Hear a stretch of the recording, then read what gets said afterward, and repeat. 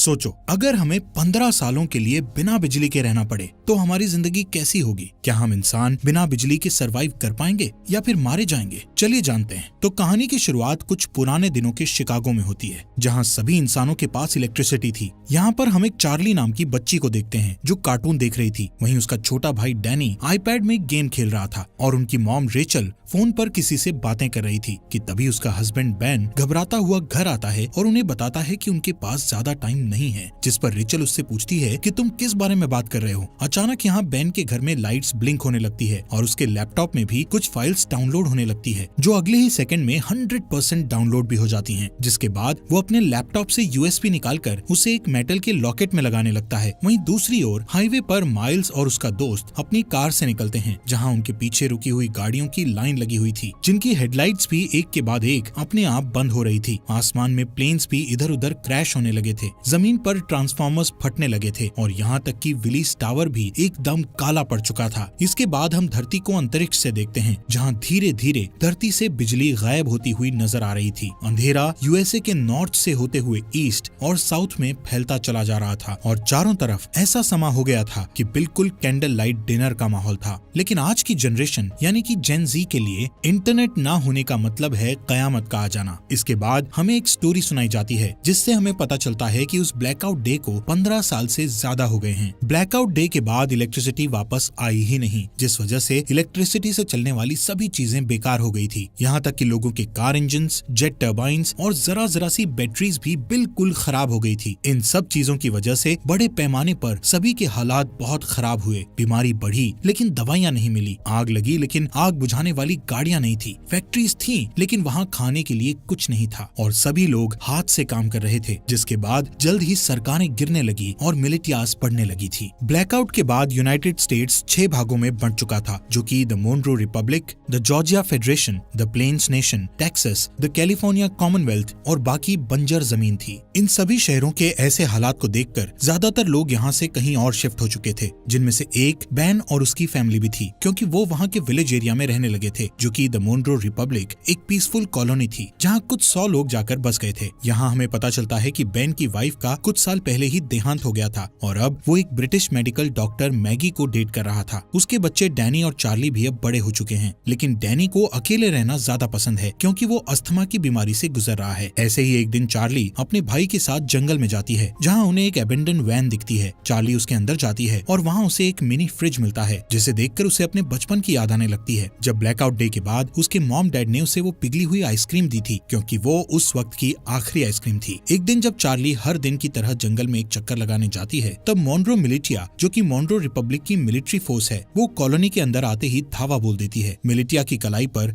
एक टैटू गुदा हुआ था, जो कि मोनरो रिपब्लिक के मेंबर्स का सिंबल था, जिससे उन्हें पहचाना जा सकता था। अब क्योंकि ये मोनरो रिपब्लिक के सेटलमेंट का समय है, इसलिए वहाँ रहने वाले सभी लोगों को टैक्स के रूप में अपनी फसलें देना उनकी जिम्मेदारी है। हालांकि बेन जानता है कि ये टैक्स से कहीं ज्यादा है। बेन को लगता है कि उनके साथ कुछ बुरा होने वाला है, इसलिए वो अपने सबसे अच्छे दोस्त आरोन के पास जाता है और उसे वो लॉकेट दे देता है, जिसमें बेन ने मूवी के शुरू में वो यूएसबी लगाया था। बेन आरोन से कहता है कि चाहे कुछ भी हो जाए, तुम्हें इस लॉकेट को कुछ नहीं होने देना। तभी उस मिलिटिया ग्रुप का कैप्टन मेजर टॉम नेवेल वहाँ आ जाता है और बेन को अपने साथ चलने के लिए कहता है। वो उससे उसके भाई माइल्स के बारे में पूछता है, जिस पर बेन कहता है कि वो माइल्स से पिछले 15 सालों से नहीं मिला है। वहाँ मौजूद सभी लोग डर के मारे देखते हैं कि मिलिटिया ग्रुप अपने कदम वापस लेने लगता है कि अचानक वहाँ डैनी आकर उनकी ओर क्रॉसबो पॉइंट करता हुआ अपने डैड को ना ले जाने की धमकी देता है। बेन उसे शांत करने की कोशिश करता है, लेकिन इससे कोई फायदा नहीं होता और गलती से डैनी उन पर गोली चला देता है, जिससे वहाँ मौजूद एक दुश्मन मारा जाता है। ये देखकर एकदम से सभी लोग मिलिटिया पर हमला करना शुरू कर देते हैं,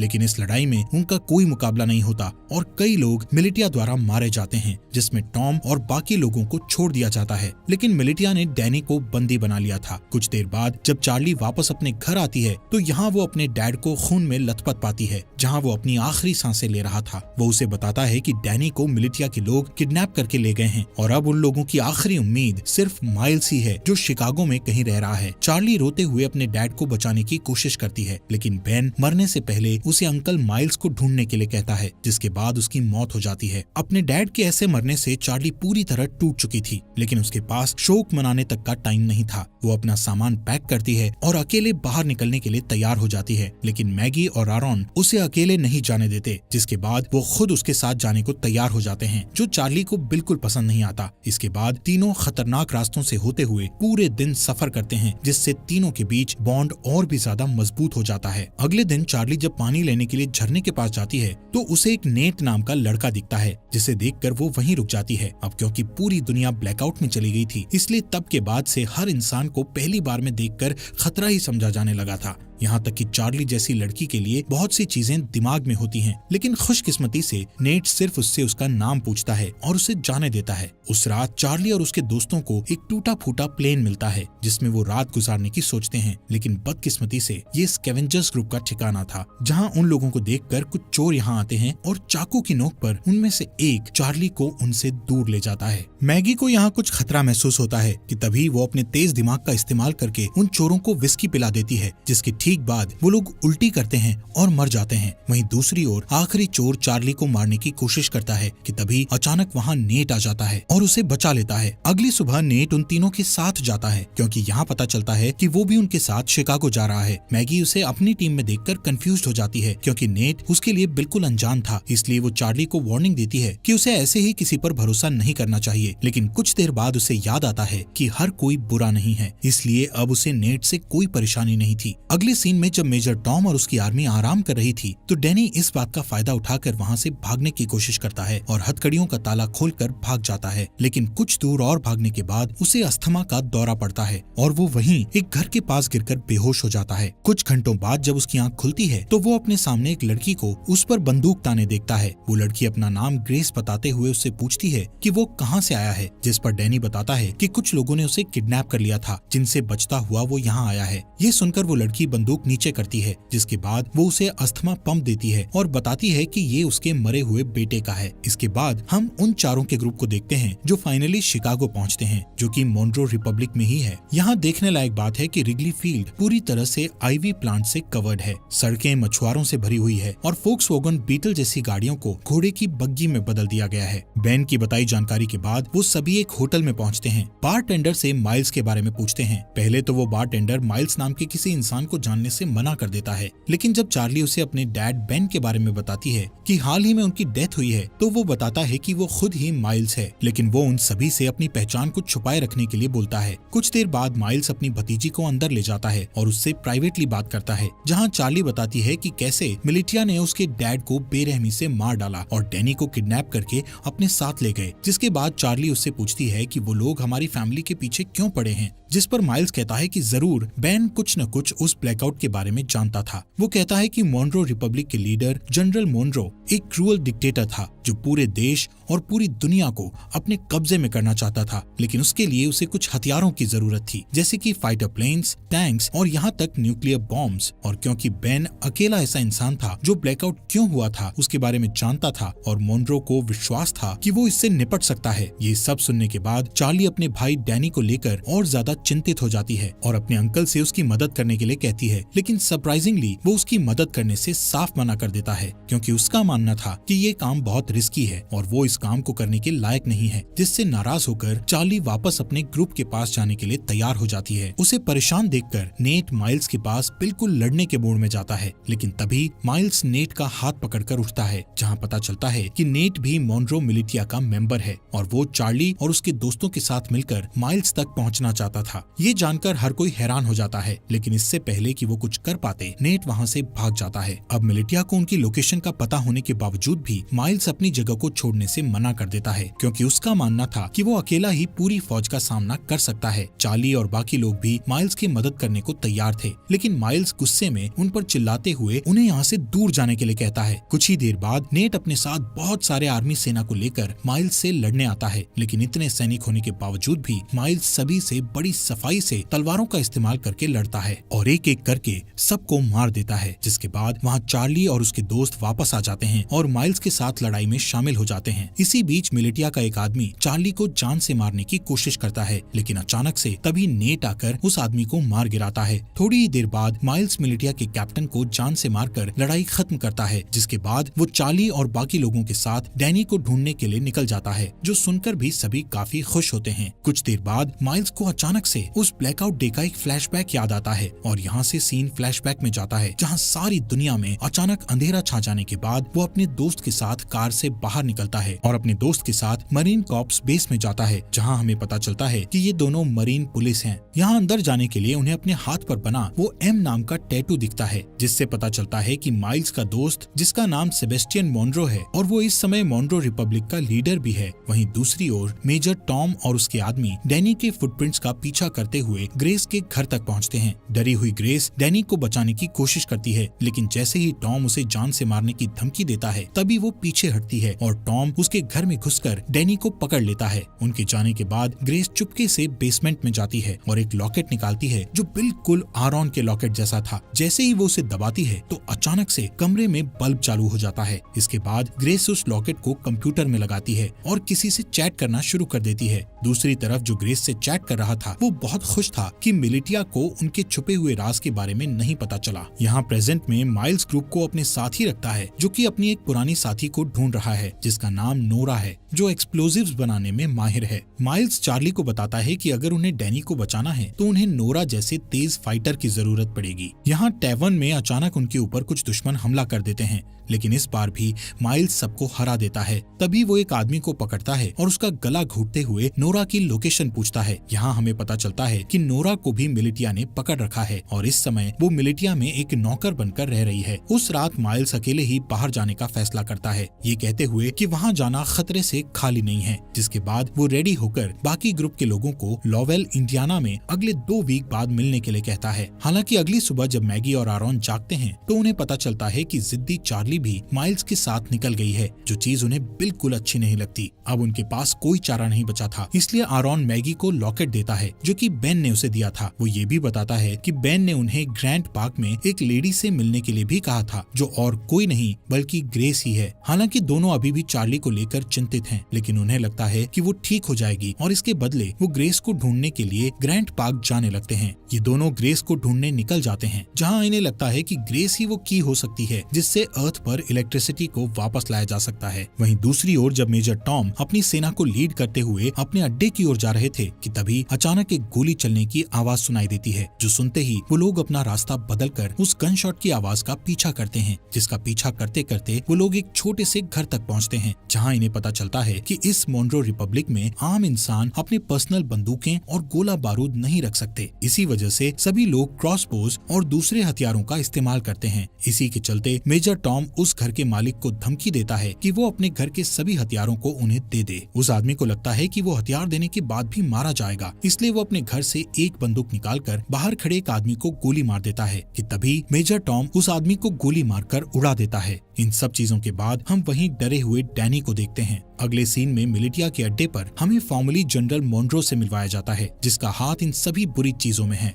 मॉन्रो वहाँ मौजूद एक आदमी से अपने हथियारों के बारे में पूछता है, लेकिन जब वो डरा हुआ आदमी उसका कोई जवाब नहीं देता तो वो उसे बेरहमी से जान से मार देता है। जिसके बाद वो दूसरे रूम में अपने एक दूसरे वर्कर के पास जाता है, जहाँ हमें पता चलता है कि ये बेन की वाइफ रेचल है, जिसे हम मरा हुआ मानते हैं। यहाँ मॉन्रो रेचल को बताता है कि बेन मर चुका है और ये सुनकर रेचल बहुत परेशान हो जाती है। इस दौरान चार्ली पूरे दिन जंगल में घूमती हुई आखिर में अपने अंकल को ढूंढती है, जहाँ माइल्स उससे गुस्सा था क्योंकि उसने उसकी बात नहीं सुनी थी। लेकिन जब चार्ली बताती है कि उसके भाई को अस्थमा का दौरा पड़ता है तो वो शांत हो जाता है। कुछ देर बाद उन्हें ढेर सारे मजदूर दिखते हैं जो हाथों से हेलीकॉप्टर को खींचकर ले जा रहे थे। यहाँ पता चलता है कि जनरल मॉन्रो को विश्वास है कि एक दिन इलेक्ट्रिसिटी जरूर आएगी और उस दिन के लिए वो खुद को तैयार करना अभी से शुरू कर देता है। इन सभी मजदूरों में माइल्स नोरा को भी देखता है और चार्ली से कहता है कि उसे इतने सारे लोगों में से बचाना मुश्किल होगा, क्योंकि यहाँ कई सारे गार्ड्स के पास स्नाइपर राइफल भी हैं। लेकिन माइल्स अपने दोस्त को हर हालत में बचाना चाहता है। वो नोरा को बचाने का प्लान बनाते हुए रात होने का इंतजार करता है और जैसे ही रात होती है तो सबसे पहले चार्ली डिस्ट्रैक्शन पैदा करती है और वहाँ मौजूद गार्ड्स को भगा देती है। फिर वो वहाँ गार्ड्स के पीछे छुप जाता है और आखिर में नोरा को बचाकर अपने साथ ले जाता है। लेकिन इस बात से नोरा नाराज हो जाती है क्योंकि वो खुद जानबूझकर कैदी बनी हुई थी, क्योंकि उसे उनकी राइफल चुरानी थी। उन स्नाइपर्स के पास ऐसे हथियार हैं जो आमतौर पर मिलना मुश्किल हैं। कुछ देर बाद माइल्स नोरा से कहता है कि उसे अपनी भतीजी को बचाने के लिए उसकी मदद चाहिए, जिसके लिए वो तुरंत मान जाती है, लेकिन इसके बदले वो उससे स्नाइपर से राइफल चुराने में मदद मांगती है। माइल्स को ये मुश्किल लगता है, लेकिन इस समय उसके पास नोरा की बात मानने के अलावा कोई चारा नहीं था। थोड़ी देर बाद वो तीनों पास की एक झोपड़ी में जाते हैं, जहाँ वो तीनों डैनी को बचाने की प्लानिंग करते हैं। बारूद का यूज करके नोरा एक टेम्पररी हथियार बनाती है, जिसका इस्तेमाल वो उन स्नाइपर्स वाले गार्ड को मारने के लिए करेंगे। लेकिन एक दिक्कत ये है कि इस हथियार का असर सिर्फ कुछ मीटर्स तक ही रहेगा, जिसका मतलब हुआ कि उनमें से किसी एक को गार्ड के पास जाकर उन्हें गोली मारनी होगी। वो लोग प्लान करते हैं कि माइल्स और नोरा आसानी से उनकी पकड़ में आ जाएंगे, लेकिन चार्ली उनका आखिरी ऑप्शन होगा। यहाँ से जाने से पहले माइल्स उनसे कहता है कि जैसे ही वो सभी गार्ड्स मर जाएंगे तो वो सभी पहरेदारों को निकाल लेंगे। कुछ ही देर बाद चार्ली अपने हथियार को स्लीव्स के अंदर छुपाती है और एक खोया हुआ इंसान होने का नाटक करती हुई पहरेदारों के पास जाती है, जिसके बाद वो तुरंत हथियार लेकर गार्ड्स के पास जाती है और तुरंत उन्हें मार देती है। इससे पहले कि बाकी गार्ड्स कुछ कर पाते, वहाँ नोरा और माइल्स आकर उन पर हमला कर देते हैं। इस लड़ाई के बाद जब वो लोग सभी मजदूरों को आजाद कर रहे थे तो नोरा ये रिवील करती है कि उसने अपने रेबल के लिए स्नाइपर चोरी की थी। वहाँ ग्रैंड पार्क में जब ग्रेस अपने कंप्यूटर पर टाइप कर रही होती है, तभी कोई आदमी उसके घर में घुसकर उसके सामने आता है। उस आदमी के पास भी सेम वही लॉकेट था जो उसकी टेजर स्टिक एनर्जी छोड़ रहा था। दूसरी ओर माइल्स नोरा को रेबल का साथ छोड़ने के लिए मनाने की पूरी कोशिश करता है, लेकिन वो मना कर देती है। यहाँ हमें पता चलता है कि पहले ये दोनों कपल थे, लेकिन ब्लैकआउट के बाद उन्हें ब्रेकअप करना पड़ा। ऐसे ही कुछ देर बाद वो दोनों रेबल के ठिकाने पर पहुँच जाते हैं, जहाँ उन्हें एक पादरी मिलता है। पादरी खुश था कि नोरा स्नाइपर गन लेकर आई है, लेकिन बुरी खबर ये थी कि उनकी सेना पर अभी भी लगातार हमला किया जा रहा है। जब ग्रुप ठिकाने पर पहुंचता है तो उन्हें अंदर कुछ घायल आदमी बैठे मिलते हैं। पादरी यहाँ ये भी बताता है कि इन सभी आदमियों में से एक आदमी गायब है, जो सुनकर माइल्स तुरंत सभी को ये जगह छोड़ने के लिए कहता है, क्योंकि उसका मानना है कि मिलिटिया उसके आदमियों से पूछताछ कर रही है और इस जगह से भागने का यही सही समय है। नोरा इस बात के लिए मान जाती है, लेकिन उससे 30 मिनट मांगती है, क्योंकि वो घायल आदमियों को ठीक करना चाहती थी। बदकिस्मती से उसका ये डिसीजन गलत साबित होता है, क्योंकि कुछ ही मिनटों के बाद कैप्टन एडम मिलिटिया के साथ दिखाई देता है। उन्हें कुछ देर रोकने के लिए माइल्स अपने बेस्ट शूटर को स्नाइपर के साथ ऊपर भेजता है और उसका ये प्लान काम करता है, क्योंकि ऊपर भेजा गया वो स्नाइपर मिलिटिया के कई लोगों को घायल कर देता है, जिससे उन्हें पीछे हटने पर मजबूर होना पड़ता है। इस लड़ाई के चलते रात हो जाती है। यहाँ बेसमेंट के अंदर माइल्स और बाकी लोग दीवार के सहारे एक सुरंग बनाने की कोशिश करते हैं ताकि एक तरफ से दूसरी तरफ जा सकें, लेकिन उनका ये प्लान पूरी तरह से फेल हो जाता है, क्योंकि दीवार में सुरंग खोदते समय दीवार गिरने लगती है और माइल्स उस गड्ढे में गिर जाता है, जिससे उनकी पूरी मेहनत खराब हो जाती है। ठीक इसके बाद छत पर बैठे स्नाइपर की मौत हो जाती है, जिसके बाद कैप्टन एडम और उसके लोग बेसमेंट में घुस जाते हैं। लेकिन माइल्स, जो बहुत बढ़िया तलवारबाज है, वो कुछ आदमियों को नीचे गिराता है और एडम को बंदी बना लेता है। फिर वो उसे दूसरे रूम में बंद कर देता है और यहाँ से भागने के तरीके सोचने लगता है। यहाँ हैरानी की बात ये होती है कि एडम माइल्स को पहचान लेता है, जिससे कमरे में मौजूद सभी लोग हैरान रह जाते हैं। ये देखकर चार्ली उनसे पूछती है, तुम एक दूसरे को कैसे जानते हो? यहाँ कहानी एक अलग मोड़ लेती है, जहाँ एडम ये रिवील करता है कि पहले माइल्स जनरल मुनरो का राइट हैंड था। यहाँ तक कि माइल्स वो इंसान है जिसने मिलिटिया को लड़ना सिखाकर इतना खतरनाक बनाया है। लेकिन इतना रिवील होने के बावजूद भी माइल्स उन्हें मारने पर अपना फोकस रखता है। माइल्स उनके सामने एक डील रखता है, जिसमें वो खुद को मुनरो मिलिटिया के सामने सरेंडर करेगा, लेकिन उसके बदले में उसके ग्रुप के किसी भी इंसान को कोई नुकसान नहीं पहुँचाया जाएगा। किसी वजह से एडम ये डील एक्सेप्ट कर लेता है। हो सकता है उसे अपनी जान की परवाह हो इसलिए। खैर, इसके बाद जल्द ही माइल्स को मुनरो मिलिटिया ले जाया जाता है। यहाँ से सीन फ्लैशबैक में जाता है, जहाँ हम ब्लैकआउट के 2 वीक बाद का सीन देखते हैं, जब माइल्स अपने भाई को ढूंढने के लिए शिकागो आया था और उसका सबसे अच्छा दोस्त मुनरो भी उसके साथ था। वहीं रास्ते में उन्हें 2 आदमी मिलते हैं, जिनमें से एक आदमी दूसरे को बहुत बुरी तरह पीट रहा था। एक अच्छा इंसान होने के नाते माइल्स उनके पास जाता है और अपनी बंदूक निकालकर उनमें से एक को गोली मार देता है। इसके बाद दोनों दोस्त उस बचे हुए चोटिल इंसान की मदद करते हैं, जो और कोई नहीं बल्कि कैप्टन एडम ही था, और इसीलिए वो आज तक माइल्स की इतनी रिस्पेक्ट करता है, क्योंकि उसने उसकी जान बचाई थी। यहाँ से सीन वापस प्रेजेंट में आता है। जैसे ही माइल्स मिलिटिया को अपनी जगह पर ले जा रहा था तो रास्ते में वो एक ब्रिज पार करते हैं, जहाँ अचानक से एक एक्सप्लोजन होता है, जिससे सभी लोग चौंक जाते हैं। और इसी दौरान नोरा और चार्ली माइल्स को उनसे बचा लेते हैं। वहाँ से जाने से पहले वो एक और एक्सप्लोजन करते हैं, जिससे वो पकड़े न जाएं। वहीं दूसरी ओर मैगी और आरोन, जो ग्रेस को ढूंढने के मिशन पर हैं, आखिरकार वो उसके घर तक पहुँच जाते हैं, लेकिन उस घर में कोई भी नहीं था, क्योंकि ग्रेस ने ये घर छोड़ दिया था। यहाँ आरोन, जो गूगल का एक पुराना एम्प्लॉय होने का दावा करता है और कहता है कि वो कंप्यूटर के बारे में बहुत कुछ जानता है। इसके बाद वो बेसमेंट में जाता है, जहाँ उसे ग्रेस का कंप्यूटर रखा मिलता है, जिसे देखकर पता चलता है कि इसे हाल ही में बनाया गया गया था, जिससे पता चलता है कि यहाँ इलेक्ट्रिसिटी थी। हालांकि जब वो कई घंटों तक कंप्यूटर की जांच पड़ताल करता है तो उसे वहाँ कोई सुराग नहीं मिलता। आरॉन थक जाता है और ऊपर जाकर वो कंप्यूटर मैगी को दिखाता है। तभी उसका लॉकेट चमकने लगता है और पास में रखे हेडफोन में गाना बजना शुरू हो जाता है, जहाँ मैगी के आईफोन में जान सी आ जाती है, जिसकी वजह से वो कई सालों बाद अपने बच्चों को देखती है। दोस्तों, हमारे फॉक्स एक्सप्लेनर हिंदी चैनल को सब्सक्राइब करना मत भूलना। और ये रेवोल्यूशन वेब सीरीज आपको यहाँ तक कैसी लगी, इस सीरीज के नेक्स्ट एपिसोड लाएं या नहीं, कमेंट बॉक्स में हमें जरूर बताएं।